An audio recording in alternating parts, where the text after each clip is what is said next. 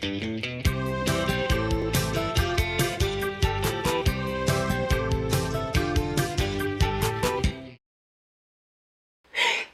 Yay! Welcome to Movie Welcome Bitches! to Movie Bitches! Episode 17! 17! We saw just a delightful movie Lovely. Just absolutely lovely. called I can't keep a straight face saying it. The Other Woman. The Other Woman. This movie. First of all, I felt like I was watching like Bride Wars the sequel. It was like that caliber. Mm-hmm. Really high cinema. Cinema. Yeah, right? It is directed by Nick Cassavetes, son of John Cassavetes, who directed The Notebook. Nick Cassavetes directed The Notebook. So he knows his way around the romance and things. One would think. Oh boy, was this movie awful.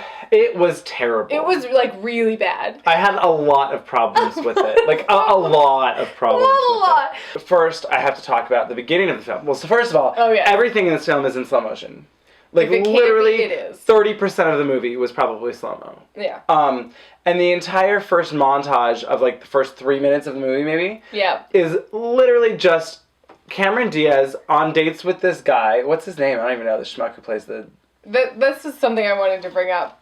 I actually appreciated this and thought it was interesting that all three of the women in the movie are famous, and the guy is essentially a Ken doll. The guy in this movie easily could have been, like Matthew McConaughey or Brad Pitt. No, but it was Joe Schmo, and I like that. It was Joe Schmo, and it was like insert hot Ken doll man. Who could be anyone, and there's so many of them. And I actually appreciate that casting. Yes. Can he do comedy and physical comedy? No. Can he act very well? No. But I appreciated that they cast a nobody. I was like, okay, this is a girls' movie and women's rights. Oh boy, it is offensive. When you put the lawyer, the wife, and the boobs together, you got the perfect killing machine. The whole conceit of this movie doesn't really make sense. So basically, Cameron Diaz inadvertently is sleeping with Leslie Mann's husband. Yep. She doesn't know he's married. Right. So they become super fast friends because they braid each other's hair and try on shoes. And it's really awkward, terrible montage. Like girls do. It was really awful. I'm surprised they weren't eating chips. Because that's all that girls like to do. Where are the chips? Mm. You ate them, didn't you? Yeah. I feel sad for women if this is what they're really like. Because, oh my god. Okay, so basically this movie is First Wives Club meets, like, Mean Girls, meets, like, any revenge, like, they had the whole board where they're like plotting everything out. Yeah, it's like 9 to 5. Yeah. Or like, John Tucker Must Die. John Tucker, exactly. Any of those, but dumber. This movie's rated PG-13? Yes. At one point in the movie... Cameron Diaz says, I don't flippin' care. But what she really says is, I don't fucking care. And they dub it horribly in post. Horribly. It's so obvious.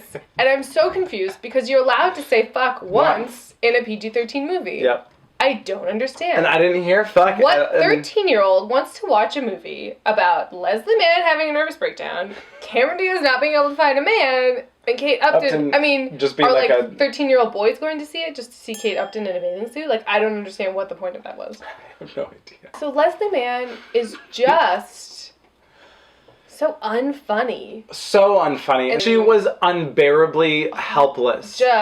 Oh, gosh. Does this window open? It'll be fine. Lay down for a minute.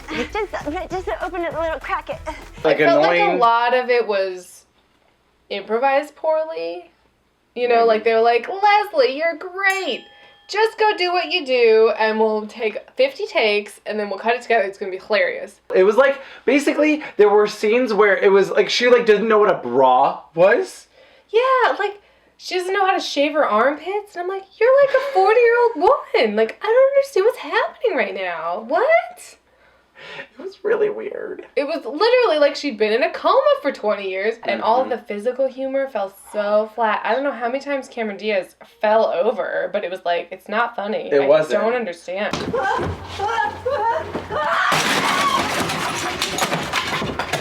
She fell at least 3 times where she should be admitted to the hospital. You know what a lot of this movie actually reminded me of? What? Baggage check. Baggage claim. Claim, whatever. It was like baggage claim. Lots of like running for no reason. Yep. And then like tripping for no reason. Yep. At least baggage claim was so bad it was hilarious. Yes, this wasn't quite that bad. It was just terrible. It was just like blazy. Yeah, it was like... By the way, Nicki Minaj is in this movie. Yeah, what?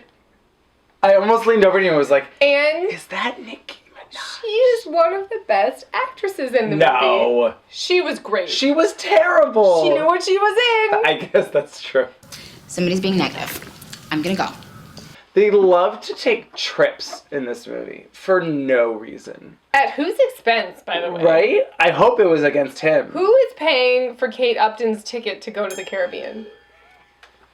And then they get to the end, and it gets to like this level crazy. It goes bonkers banana pants. In a la like Animal House, they freeze frame on each of them and do text, a freeze frame text. Title card. And they're like, oh my God. Leslie Mann became the CEO of her own company, and now she's dating so-and-so, and blah, blah, blah, blah, blah.